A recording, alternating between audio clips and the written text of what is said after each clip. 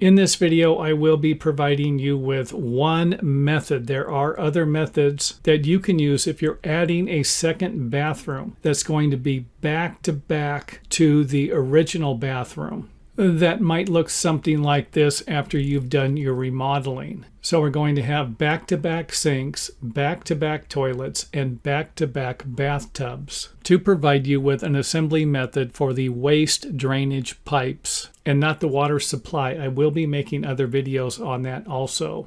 So let's go ahead and take a look at our house that we will be remodeling, where we have our one bathroom, and we will be adding another bathroom to the other side here.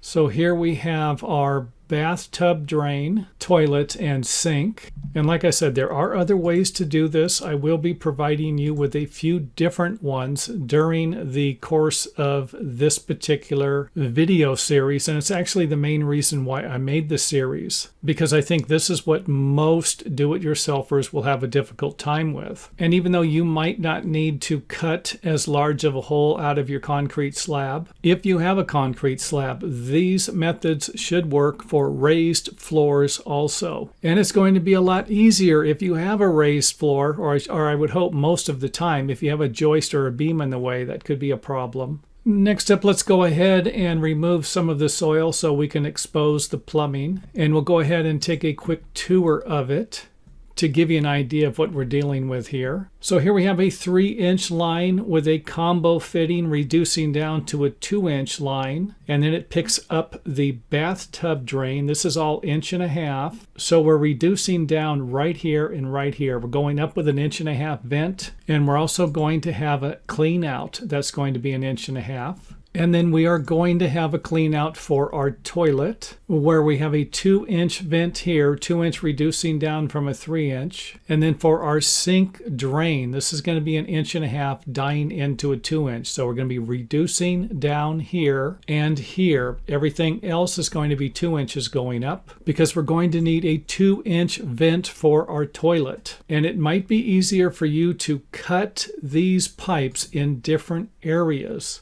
So keep that in mind when I'm showing you where I'm going to cut the pipes. And if you have a situation where this is cast iron, then you might want to cut the pipes on each side and then redo all of this with ABS or new cast iron, or even PVC. I see that some plumbers are using PVC. And I'm going to pretend like everything here is ABS. So we are going to be putting another fitting here. So we're going to be leaving all of this. And this fitting here will be used for our bathtub. And then we will be cutting out a section here. And if you remember, the fitting over here went all the way over to here, where it might be difficult to expose this section of the pipe. And if that's the case, you might need to cut it back over here and then install a new fitting along with the other fittings here. Now keep in mind that I have not cut this pipe to size yet. However, you can cut that pipe to size if you know where it's going to be located. Just don't ever cut something you're not sure of the location for your new pipe fittings. Then we will go ahead and install our new sanitary tee, and this is going to be 1.5 inches, and we're going to turn that in the direction we need for the trap and tub drain. And spend some time to make sure that you locate all of this stuff in the correct spot, because I'm not going to be going over all of that in the video. And the reason why we're allowed to install this setup here is that all of the plumbing here originally was set up to where it was far enough below the top of the concrete floor. Otherwise, we're going to have to change this, and I'll be showing you how to do that in future videos. Now, before we go on, I want to go ahead and draw some lines here. And to do this, you can always use a straight edge, level, lumber, straight lumber, and string. Just simply connect the string to your wall framing in the desired spot that you need. So what we have here is the width of the bathtub. This is the width of the bathtub, 29 inches. Then I come over and pick up the center line for the toilet drain. And then this line right here would represent the cabinet, or the farthest section of the cabinet that can't go any farther in this direction. Next up, we're going to figure out how far away from the wall we need to be. which in our case, we're going to come out 12.5 inches so that we can find the center of the toilet in this bathroom and the center of the toilet in this bathroom. And we're not really worried about the location of the vent. However, it will need to be modified. So let's go ahead and take a view of it from above. And you can see where the wall is going to be located.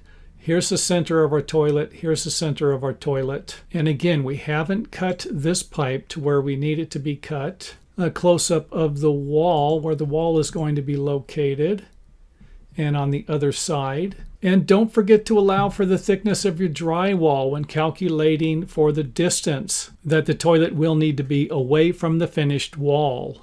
And before we can install all of this, we will need to cut this pipe. And after it is cut, we can go ahead and install our plumbing, and that's going to look something like this, where we're going to use a combo fitting, 3 inches in each direction, up to a double sanitary T, and then come up with a sweep. I like to use the longer 90s. However, I'm pretty sure most building codes allow you to use a short 90 here. And then we're going to come up to our toilet flange on each side. And then over here, we're going to have a 3-inch, 3-inch, come out 2 inches at a 45-degree angle, another combo fitting. And I like to use 2 inches for my sinks. However, you might be able to use 1.5 inches here.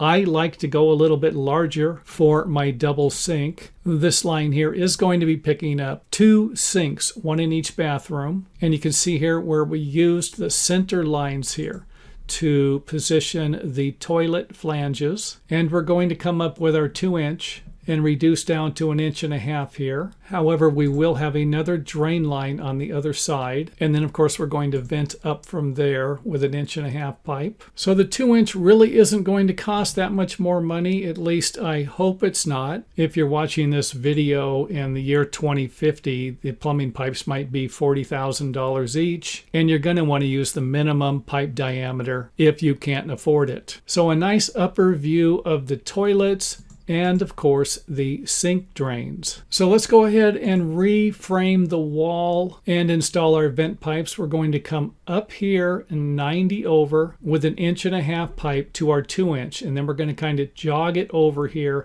and then reattach it to the existing vent pipe that we had for our original setup. And you can see here that all the plumbing is located where it needs to be, along with our clean outs, even though this clean out is going to be behind the toilet. And make sure you check with your local building codes, because this line right here needs to be at least 6 inches above the top of your sink. So don't make the mistake of putting this too low. However, you can always go higher. And don't forget to flip the sanitary T over.